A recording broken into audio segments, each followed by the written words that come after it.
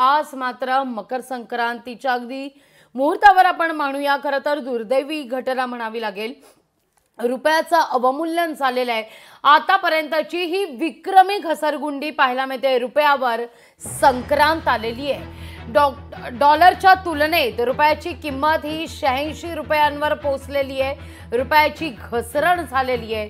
विरोधकांची सरकारवर या मुद्द्यावर सडकून टीका आहे। खरं तर कालपासूनची जर पार्श्वभूमी पाहिली तर शेअर मार्केट देखील काल चांगलाच आपटलेला होता, गडगडलेला होता। आज शेअर मार्केटच्या ओपनिंगकडे सगळ्यांच्याच नजर आहेत, पण मकर संक्रांतीलाच अगदी या रुपयावर संक्रांत आल्याचं आता पाहायला मिळत आहे। या सगळ्याविषयी बोलण्याकरता काँग्रेसचे नेते सचिन सावंत आपल्यासोबत जोडले गेलेले आहेत।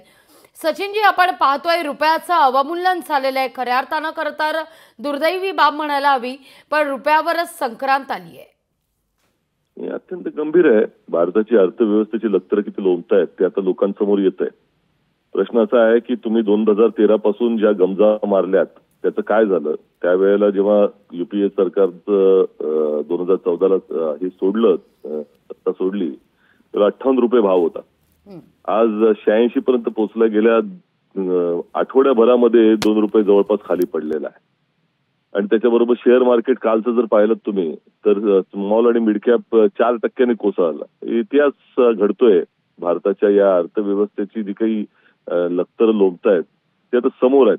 आणि कितीही दाबण्याचा प्रयत्न केला, कितीही त्या ठिकाणी लोकांमध्ये प्रोपगंडा केला आणि माध्यमांवरती नियंत्रण ठेवून बातम्या लपवल्या तरी वस्तुस्थिती लपत नाही।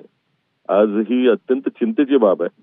आणि ज्या पद्धतीनं त्यावेळेला नरेंद्र मोदींनी मनमोहन सिंगांवरती टीका करत होते, आता ती टीका मला असं वाटतं की त्यांच्यावर झाली पाहिजे आणि त्याने आत्मचिंतन करण्याची आवश्यकता आहे। सरकार किती अपयशी आहे ते लोकांसमोर येत आहे।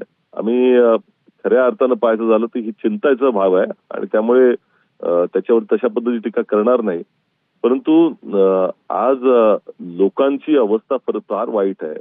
IMFने आता सांगितलंय की आपल्या विकास वाढीचा दर जो आहे, विकास दराची वाढीचा दर जो आहे तो कमी राहणार आहे। आता प्रोजेक्शन करते 6.4% सरकारतर्फेच केलं जातंय आणि त्याच्याही खाली जाणार आहे। त्यामुळे लोकांसमोर आता जे काही आव्हान आहे ते फार वाईट आहे। बेरोजगारी आणि महागाईचं जे काही प्रमाण वाढतंय चिंतेची बाब आहे। अगदी धन्यवाद सचिनजी, आमच्याशी संवाद साधला त्याबद्दल।